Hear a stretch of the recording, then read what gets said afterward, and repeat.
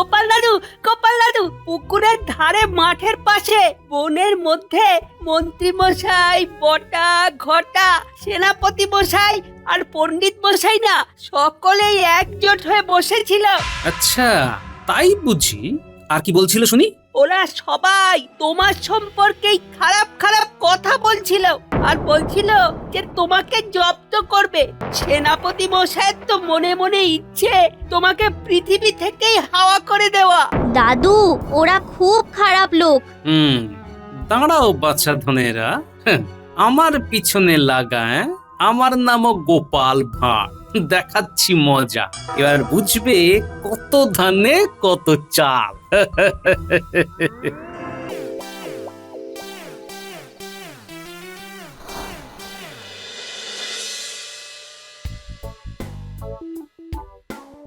অভিজ্ঞানী, আরে ঘরে এত অন্ধকার কেন? কোথায় গেলে তুমি? এই দেখো, আমার গিন্নি তোমার জন্য নাড়ু পাঠিয়েছে, তোমার জন্য নিয়ে এলাম। কি বিজ্ঞানী সাড়া দিচ্ছে না কেন? এটি কি? বাহ, এ তো দারুণ ব্যাপার। কিন্তু গাছের গায়ে আলো, এ তো অবাক কাণ্ড। কিন্তু বিজ্ঞানী কোথায় গেল? ঘরের বাইরেও নেই, ভিতরেও নেই, তাহলে গেল কোথায়? না, কাউকে তো দেখতে পাচ্ছি না। আচ্ছা, ডেকে দেখি তো। বিজ্ঞানী, বিজ্ঞানী, আমি এখানে টুকি। এই তো। আরে কোথায় ছিলে? আর কোথা থেকেই বা বেরিয়ে এলে তুমি? বিজ্ঞান বিজ্ঞান, বুঝলে হে গোপাল, বিজ্ঞান। কিন্তু আজ এসে তো অবাক কাণ্ড দেখলাম, গাছে আলো জ্বলছে। সেটাই বুঝিয়ে বলো দেখি বিজ্ঞানী। এই দেখো, এই তরল পদার্থটা যে কোনো কিছুতে লাগালে সেটা রাত্রিবেলা উজ্জ্বল হয়ে উঠবে। ওটাতে আমি আসলে এই জিনিসটাই মিশিয়ে রেখেছি। ওর কাজই হচ্ছে রাতের বেলা জ্বলে ওঠা। ওগুলো দিনে জ্বলে না, জ্বলে রাতে। আর এই বিশেষ তরলের নিজস্ব কোনো রং নেই। কোনো কিছুর উপর লাগলে সেটা রাতে আলোকিত উজ্জ্বল হয়ে ওঠে। ওটা মনে হচ্ছে আমার বিশেষ কাজে দেবে। ও দিয়ে তোমার আবার কি কাজ? সেসব পরে বলবো, তবে যাই বলো হে, জিনিসটা কিন্তু দারুণ। এখন এটা নাও। আর শোনো, কাল কিন্তু রাজসভায় অবশ্যই এসো। সরস্বতী পুজো নিয়ে কিছু আলোচনা করতে চান মহারাজ। হ্যাঁ, আচ্ছা বেশ।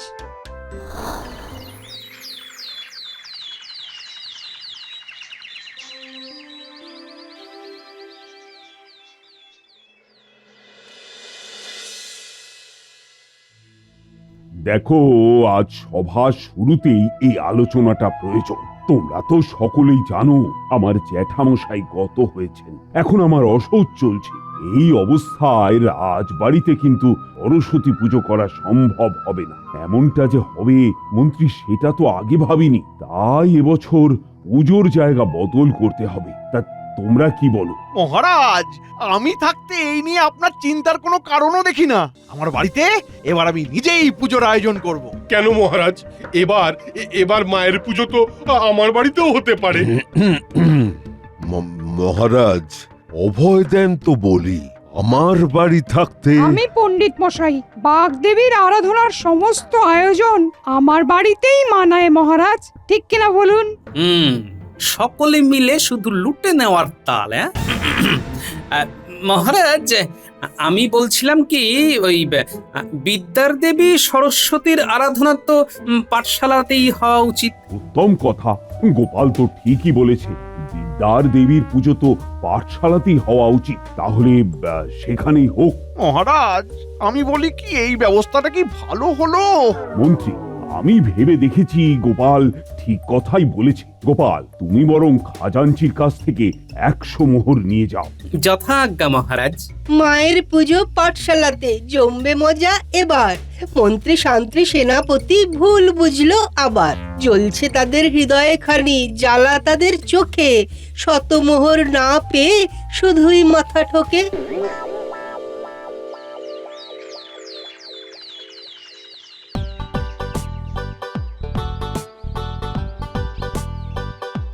বলো গোপাল দাদু, কি বলছিলে?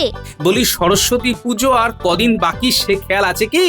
হ্যাঁ, আর তো কটা দিন মাত্র। শোন, এবছরে রাজবাড়ির সরস্বতী পুজো হবে পাঠশালাতে। তোদের অনেক কাজ বেড়ে গেল রে। এরকম কথা কেন বলছো দাদু? আরে ঘরদোর ধুয়ে মুছে সাফ করতে হবে তো তোদেরই। তারপর পাঠশালাটা সুন্দর করে সাজাতে হবে তো। তুমি কিচ্ছু ভেবো না গোপাল দাদু, আমরা সব ধুয়ে মুছে সাফ করে দেব। আমরা সব কাজ করে ফেলবো গো দাদু। এখন চল সব পুটো পাড়ায় যাই। আরে ঠাকুর বায়না দিতে হবে যে।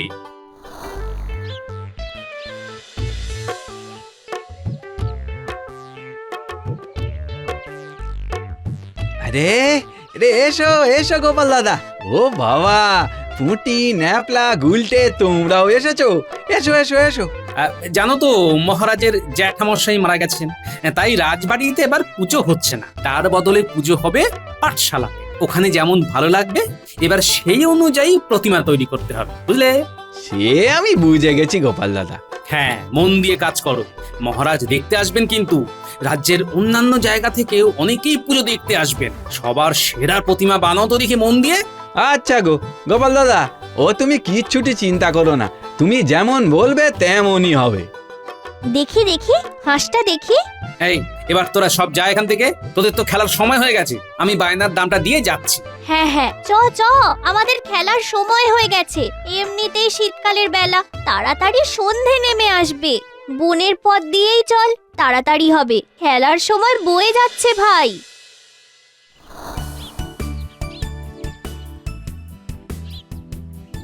এইখানে পুকুরের ধারেই মাঠে চল না, আগে আমরা একটু খেলে নি। হ্যাঁ হ্যাঁ, চল চল।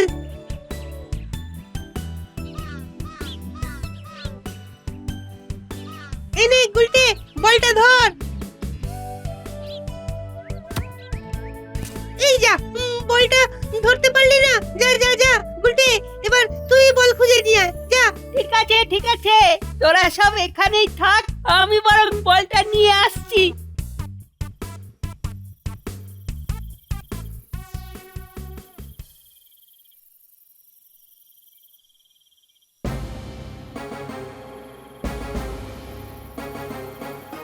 আরে আরে, জঙ্গলের ভিতরে মন্ত্রী মশাই, সেনাপতি, রাজবৈদ্য ও কি পণ্ডিত মশাই আছেন দেখছি। কি ব্যাপার শুনি তো, কি বলছে ওরা?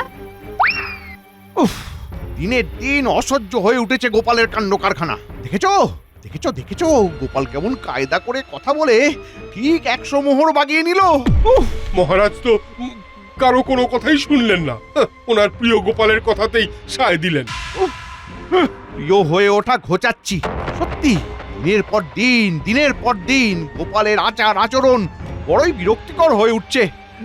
কি যে হচ্ছে, একটা লোকের কথাতেই মহারাজ সব সিদ্ধান্ত নিচ্ছেন। আজকাল গোপাল তো রাজকার্যেও তার সিদ্ধান্ত জানাচ্ছে। এবার তো গোপাল কোনোদিন ওই অসুস্থ রোগীদেরও ওষুধ দিতে শুরু করবে। সবার সব কাজ ও একাই করতে থাকবে। মন্ত্রী মশাই, কিছু করুন আপনি। এইভাবে চলতে থাকলে একদিন রাজ্যের সব দায়িত্বই গোপালের হাতে চলে যাবে। না না না না না না, আমি গোপালকে ছাড়বো না। গোপালকে আমি ছাড়বো না, আমিও এর শেষ দেখে ছাড়বো। বলেন তো, আমি একেবারে ওই গোপালকে পৃথিবী থেকে হাওয়া করে দিই? সেনাপতি, শান্ত হও শান্ত হও। শোনো মন দিয়ে, আমার মাথায় একটা পরিকল্পনা এসেছে। তোমরা শোনো সেটা। সেখানে কে কি করবে সেই পরিকল্পনাও আমি করে ফেলেছি। সকলে এসো এদিকে, এসো। বুঝেছো বুঝেছো তো সকলে? হ্যাঁ হ্যাঁ, ঠিক আছে ঠিক আছে তবে।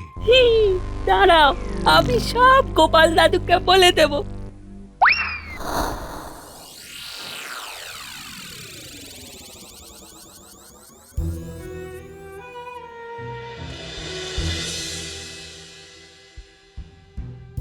গোপাল দাদু, গোপাল দাদু, পুকুরের ধারে মাঠের পাশে বনের মধ্যে মন্ত্রী মশাই, বটা, ঘটা, সেনাপতি মশাই আর পণ্ডিত মশাই না সকলেই একজোট হয়ে বসেছিল।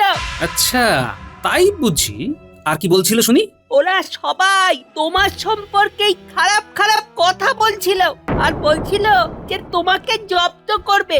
সেনাপতি মশাই তো মনে মনে ইচ্ছে তোমাকে পৃথিবী থেকেই হাওয়া করে দেওয়া।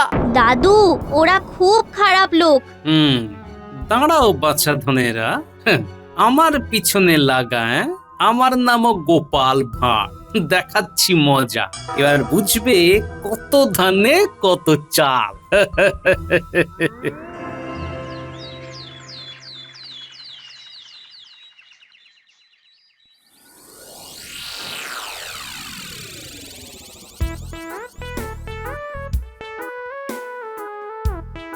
বলো গোপাল, এত সকালবেলা তুমি এখানে? বসো বসো, বলো বলো।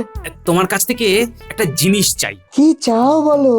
তুমি বলেছিলে তোমার রসায়নাগারের ওই পদার্থটা রাতের বেলাতেও জ্বলে, ঠিক কিনা? হ্যাঁ হ্যাঁ গোপাল, তোমার কথা বুঝতে পেরেছি। একটু দাঁড়াও, আমি আনছি।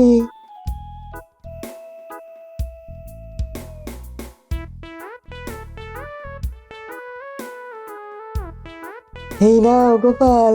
বিজ্ঞানী, এবার তুমি ওই মোহরগুলোতে ওই পদার্থটা লাগিয়ে দাও।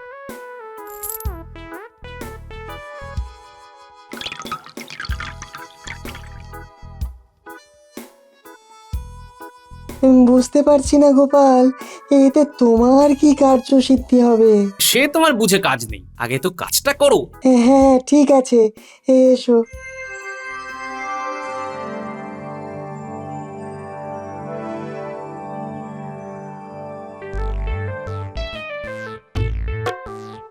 সকাল সকাল কোথায় গিয়েছিলে গো? কাজ ছিল গিন্নি। এত ভোরে কি এমন কাজ গো? তোমার অত কথায় কাজ কি বাবু? যাও তো যাও, রান্না চাপ, আমাকে স্নানে যেতে হবে, তারপরে খেয়ে দে রাজসভায় যাও। যাও। গোপাল দাদা, ও গোপাল দাদা, গোপাল দাদা, আমরা এসে গেছি গো। ও, তোমরা এসে গেছো? বেশ, এবার তাহলে কাজে লেগে পড়ো, বাইরের দরজাতেই থাকো তবে। উমা, এরা এখানে কেন গো? ওদের কাজ আছে গিন্নি। শোনো, বলি সরস্বতী পুজোর জন্য মহারাজ আমাকে 100 মোহর দিয়েছিলেন। এগুলো পাহারা দেবার জন্যই ওদের মহারাজ স্বয়ং এখানে পাঠিয়েছে, বুঝলে? ও এখন যাও, তুমি রান্না চাপাও গিয়ে, এরপর কিন্তু দেরি হয়ে যাবে গিন্নি। আমি ততক্ষণে ওগুলোকে লুকিয়ে রাখি কোথাও।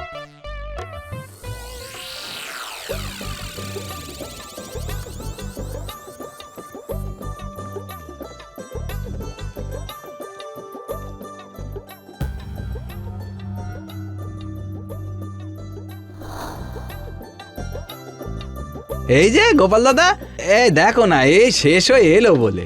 হ্যাঁ রে বাবা, এই তো সব ঠিক আছে। বেশ, পটো ভাই দাও গো, দাও। আরে মাকে আমাদের হাতে দাও। চল বটা, প্রথমে ওই পেট মোটাকে ঠেলে ফেলে দিবি, তারপর আমি দেখছি। চল চল চল চল।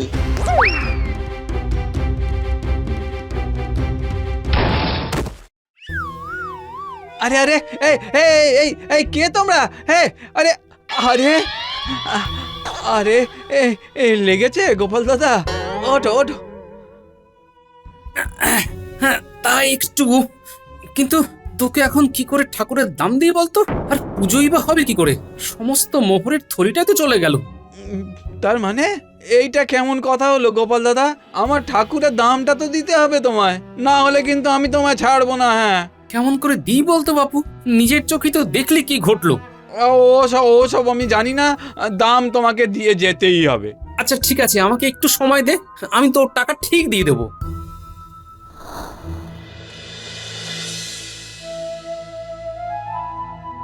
মহারাজ, মহারাজ, মহারাজ, সর্বনাশ হয়ে গেছে মহারাজ।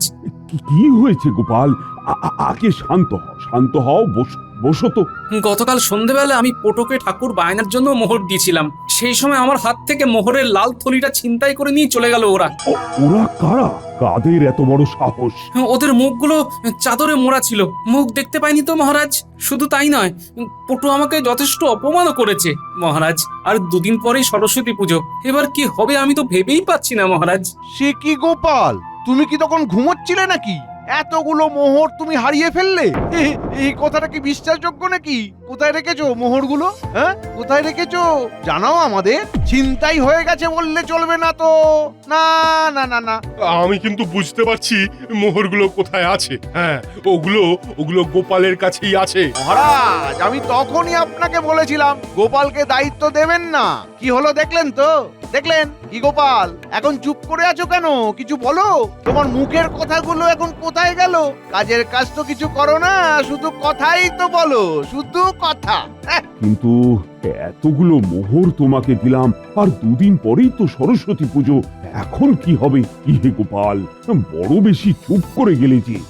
আগে মহারাজ, ভাবছিলাম আমার কাছে যে মোহর ছিল সে কথা তো রাজসভার লোকজন ছাড়া আর কেউ জানতো না। তবে কি করে? মহারাজ, আজ রাতে সভাসদদের এখানেই থাকতে বলুন, আর আপনার প্রহরীদের বলুন সেদিন রাজসভায় উপস্থিত থাকা সভাসদদের বাড়িতে বাড়িতে গিয়ে মোহরের খোঁজ করতে। বেশ, এখনই পাঠাই তাহলে। না না না না না, দয়া করে এখন পাঠাবেন না মহারাজ, রাতে পাঠাবেন। আপনার দেওয়া মোহরগুলোতে রাতে আলো জ্বলবে মহারাজ, এই ব্যবস্থাই করে রেখেছিলাম। একমাত্র তখনই এই চুরি যাওয়া মোহর উদ্ধার করা সম্ভব। এই মরেছে, এবার তো মুশকিল হবে। এই গপ্পটার কোনো মানে হয় মহারাজ? আলো জ্বলবে? আলো জ্বলবে মানে কি? কি বলতে চাইছো গোপাল? হ্যাঁ, আজ রাতেই বুঝতে পারবেন আপনারা মহারাজ।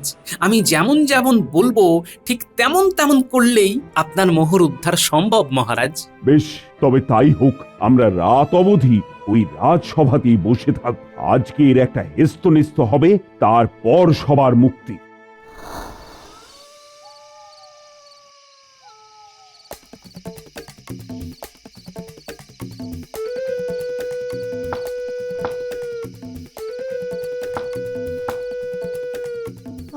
সন্ধেবেলায় কে রে বাবা? হ্যাঁ, সরে যান মা। এ কি তোমরা সোজা সিন্ধুকের ঘরে ঢুকে যাচ্ছ কেন? এ কি? হ্যাঁ, সিন্ধুকের চাবি খুলুন বলছি। কেন? যা বলছি তাই করুন। আচ্ছা আচ্ছা আচ্ছা আচ্ছা, এই চাবি খুলে দিচ্ছি। এই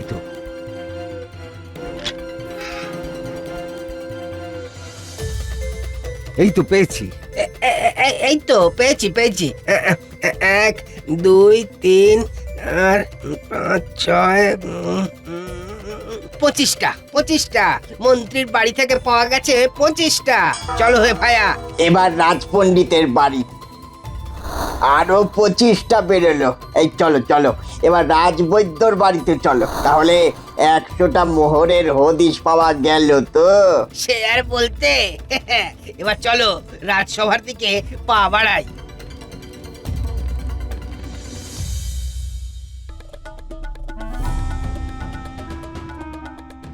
গোপাল, বিজ্ঞানী, সভাকবি, রাজজ্যোতিষী, অমাত্যর বাড়িতেও কিছু পাওয়া গেল না। মহারাজ, রাজসভাসদের বাড়িতে যাদের পাঠানো হয়েছিল তারা সকলেই ফিরে এসেছে। মহারাজ, ওই 100টি আলো জ্বলা মোহরই পাওয়া গেছে। এই যে মহারাজ, আপনার মোহর। এই তো আমার মোহর।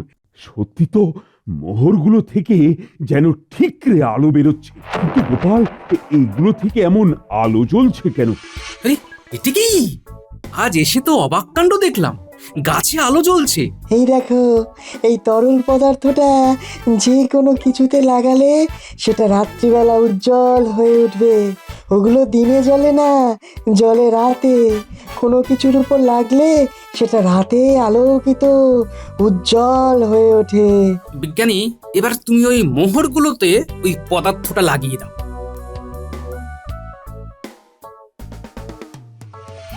সত্যি গোপাল, তোমার বুদ্ধির তুলনা নেই। আমার প্রশংসা পরে করবেন মহারাজ।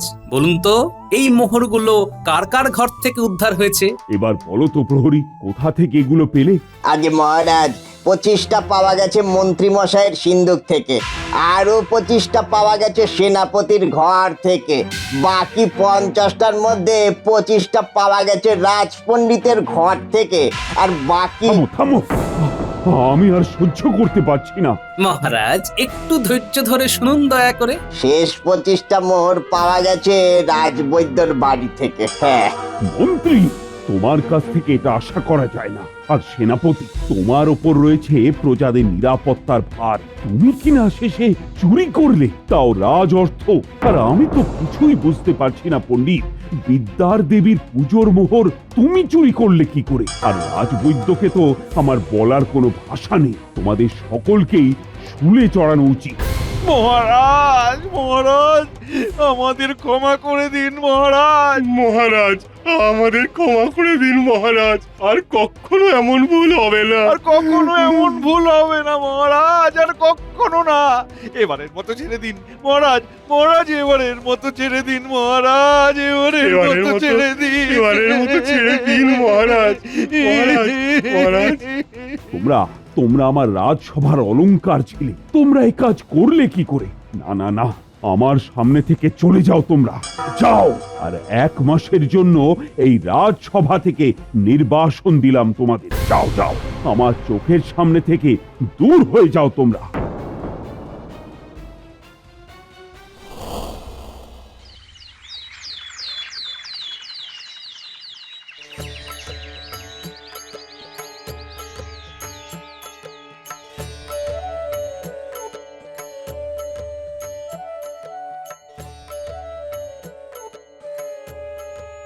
না না না না না, পাপি তাপিদের এই পুজোর স্থানে আসার দরকার নেই।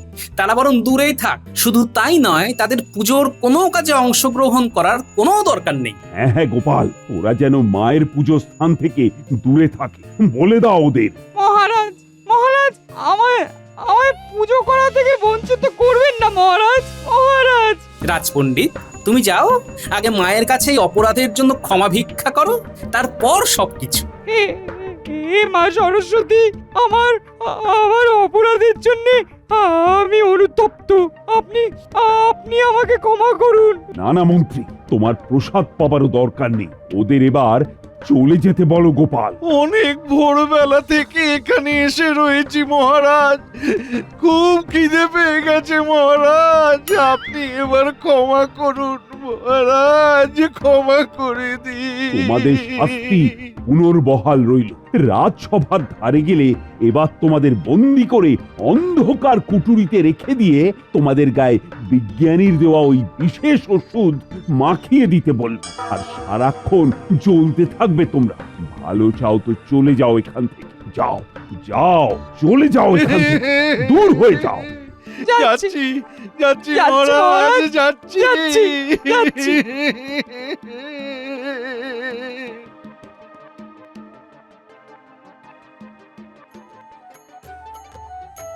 মায়ের পুজোয় গোল বাঁধিয়ে চুরি করলো যারা, লোভে পাপ, পাপের শাস্তি পেয়েই গেল তারা।